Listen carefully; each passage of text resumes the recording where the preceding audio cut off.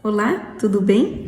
Meu nome é Juliana, eu sou médica neuropediatra na cidade de Jaú e a gente começou agora uma nova série aqui no canal sobre epilepsia. Então, no primeiro vídeo eu falei sobre o que é epilepsia, não é? E agora a gente vai falar sobre os tipos de crise epilética.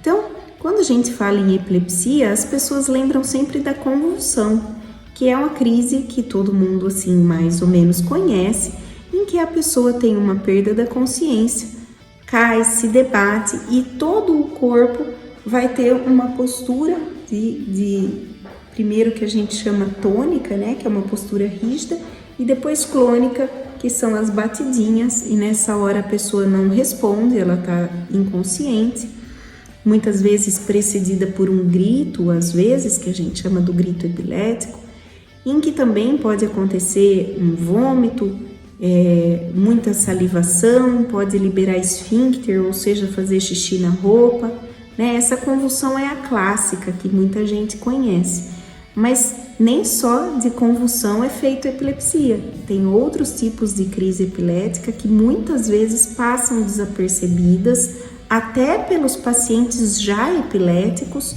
e que para o médico é muito importante que o paciente perceba para a gente fazer um melhor tratamento. E mesmo para as crianças, por exemplo, ou pacientes que têm esses outros tipos de crise e que nunca tiveram uma convulsão, serem abordados e tratados, porque a pessoa às vezes nem sabe que tem epilepsia, né?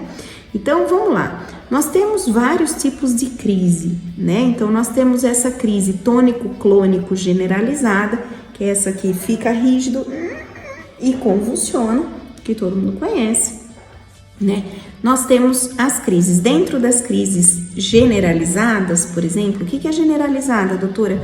É que o cérebro todo, naquele momento, está tendo uma descarga elétrica anormal, né? E aí você vai ter sintomas neurológicos transitórios devido a essa descarga anormal. Isso é o conceito de crise epilética, tá? Então, nas crises generalizadas, você tem, então, a tônico-clônica generalizada, você tem as crises de ausência, que simplesmente a pessoa perde o contato, para e fica olhando para o nada, tá? Você tem, e aí a ausência tem crises infantis, que são um pouquinho mais prolongadas, e as juvenis, que são bem rápidas e às vezes passa como déficit de atenção. Você tem crises mioclônicas, que é como um choquinho, um pulinho, que muitas vezes dá ao despertar e a pessoa pode derrubar o que está na mão. Você tem crises atônicas, que a pessoa cai, né? São crises de queda. Você tem crises só tônicas, que você tem uma rigidez. Mas essas atônicas e tônicas, elas são mais frequentes em síndromes epiléticas graves. Crianças com atraso, vários tipos de crise associada. As ausências típicas, né? As clássicas, as tônico-clônicos generalizadas e mioclônicas são mais comuns nas epilepsias generalizadas, genéticas, idiopáticas, em que não há lesão cerebral, tá? Assim, na ressonância, né? Essas são as generalizadas, você tem perda de consciência desde o início.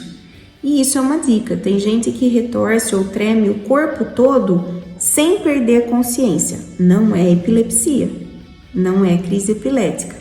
Nós temos outros tipos de crise que a gente chama de crises não epiléticas, que podem acontecer por um quadro emocional, por uma questão de uma descarga muito grande de estresse, né? Mas na crise epilética, obrigatoriamente, a perda de consciência quando os dois lados do corpo são afetados. Por quê? Porque existem crises focais ou parciais, em que a descarga normal acontece numa região específica e restrita do cérebro, não no cérebro todo. Então aí você pode ter uma crise focal, que é só numa região.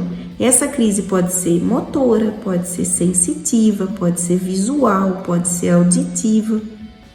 Na crise motora é fácil de ver. Você vai ter, por exemplo, a mão, o rosto repuxando, não consegue, pisca, né? Você pode ter uma parestesia, que é um formigamento que se restringe a um lado do corpo, que dura segundos a minutos, né? Você pode ter, porque aí é importante diferenciar da aura de enxaqueca, que dura de 5 minutos a 1 hora, né? As crises epiléticas duram geralmente menos de 5 minutos. E depois da crise, você pode ter um período de confusão, você fica meio perdidão ou meio abobalhado, mas isso já não é mais a crise, você está confuso. A gente chama de confusão pós-ictal, confusão pós-crise, ou sonolência ou irritabilidade nos bebês, né? Você tem também dentro das crises generalizadas os espasmos infantis, que é típico dos bebezinhos, em que você tem espasmos em flexão ou extensão, né? Mas também associado muitas vezes a atraso. Espasmo tem sempre que investigar, né?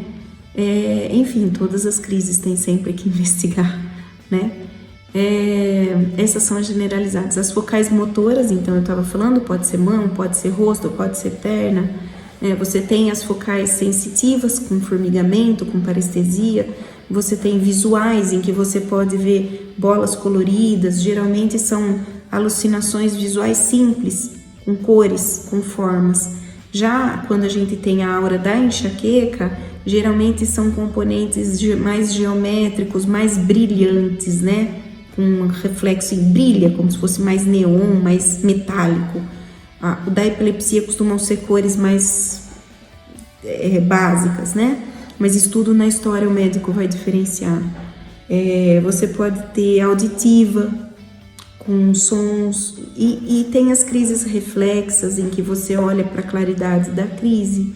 Tem crise por leitura, tem crise por toque, tem crise por toque de cutâneo, né? De estímulo cutâneo, por exemplo, em crises parietais na infância. Parietal, essa região aqui da sensibilidade. Tem crises desencadeadas por música. Tem umas coisas bem diferentonas assim. Tá? O clássico é a crise motora ou sensitiva, mas sempre há um sintoma neurológico transitório de alguns minutos, segundos a minutos, que pode ou não estar associado a comprometimento da consciência, da fala, que dá do nada, vai embora do nada e se repete, né?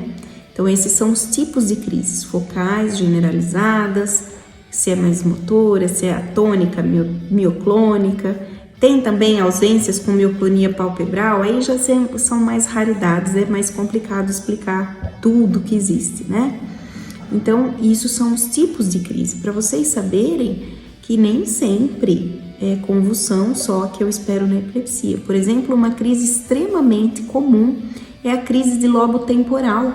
Lobo temporal é essa região aqui, ó, atrás da orelha, e ela é uma das epilepsias mais frequentes no adulto, por exemplo, de difícil controle, em que a pessoa tem uma crise em que ela fica mais ou menos confusa e ela como se estivesse procurando algo, olha em volta, e aí nessa hora ela tem automatismos de mãos e boca, então ela pode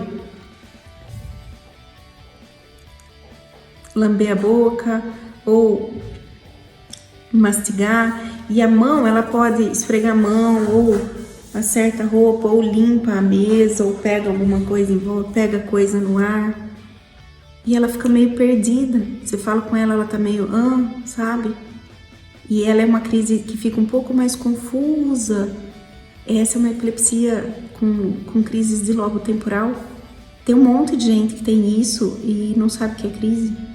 E nesses quadros pode também acontecer mais frequentemente o déjà vu ou o jamais vu, que são as sensações de que, nossa, eu já vi essa cena acontecer. Você está vivenciando uma coisa e fala, gente, isso já aconteceu, essa cena eu já vi. E claro que não é todo déjà vu que é uma crise de lobo temporal, mas déjà vus frequentes, você também tem que pensar em epilepsia de lobo temporal. Você tem crises hipermotoras em sono, então crianças às vezes, jovens com sono agitado, que levanta, senta na cama, abre o olho, mastiga e chuta, levanta e volta a dormir, tem que diferenciar de sonambulismo. Tem uma infinidade de coisas para ser investigada.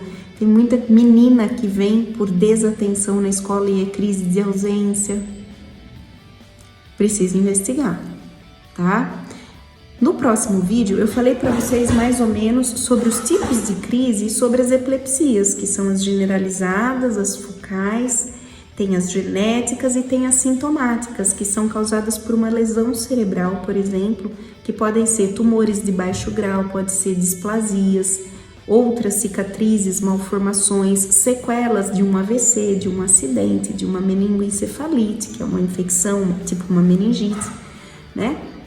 Então, você tem epilepsias que são o sintoma de uma lesão cerebral e epilepsias que são genéticas, em que você tem história familiar ou mesmo você é o primeiro da família a ter, mas a ressonância é normal, o exame neurológico é normal, mas existe uma alteração de genes, né, genética, que faz com que você tenha alterações neuroquímicas que predispõem à epilepsia. E mesmo sendo genética, não é obrigatório que aconteça quando nasce, porque às vezes para ter aquela crise precisa estar numa certa faixa etária, num certo desenvolvimento cerebral. Então, quando a gente pega epilepsias até a adolescência, início da vida do jovem adulto, boa parte são genéticas. Depois dos 25 anos, se nunca teve crise antes, provavelmente não é genético, é lesional, é por alguma lesão cerebral, tá? As genéticas acontecem mais na infância, então é muito comum as epilepsias mais graves serem do neuropediatra, porque as síndromes epiléticas mais graves são do nossa faixa etária, aqui de quem cuida do neuropediatra. A epilepsia do adulto é muito uma epilepsia lesional, né, por sequela, e você vai ter adultos também que vêm da neuropediatria com síndromes epiléticas mais graves, como o Dravet, o Lennox, que depois eu vou explicar no próximo vídeo, e que aí vai estar na faixa etária adulto, mas é uma epilepsia que vem desde a infância. É complicado, mas eu acho que talvez eu tenha conseguido explicar. Se ficou alguma dúvida, por favor, perguntem, eu tô aqui para tentar esclarecer esse mundo da epilepsia, saber que tem tratamento, tem muita coisa bacana para fazer e melhorar a qualidade de vida das pessoas. Tá bom? No próximo vídeo eu vou falar sobre as síndromes epiléticas mais comuns, tá bom? E é isso. Vão deixando a dúvida, espero poder ajudar. Um grande abraço.